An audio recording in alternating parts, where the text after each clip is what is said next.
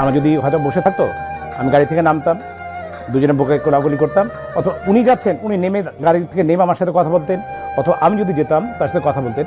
তার সাথে আমার বন্ডিংসটা একটু অন্যরকম ছিল। আর আমি আবারও বলবো যে মান্না সাহেব মারা যাবার পর ফিল্ম আর্টিস্ট কি, উনি এটি দেখিয়ে গেছেন যে what is a film star. এটা আসলে একটা মান্না সাহেবের সারা জীবনের মতো একটা উদাহরণ হয়ে থাকবে। আমি বাদশাহ, আমি কিন্তু নিজেই বাদশাহ। যেখানে বাদশাহ আছে সেখানে কালাম নাই, যেখানে কালাম আছে সেখানে বাদশাহ নাই। তুই আমার খালতো বাইরে মারছস, আমি কোনো পুলিশ কেস করলাম না। এই বইলা তুই আমারে ভয় দেখাইতাছ। আমি বাদশাহ, আমি কিন্তু নিজেই বাদশাহ। আমার এই জায়গায় আসতে কেউ সাহায্য করে নাই, করে নাই, করে নাই। আমার কেউ ব্যাকিং করে নাই। আমি কেন বাদশাহ হয়েছি ও জানে। আমার বাদশাহ বলেছে।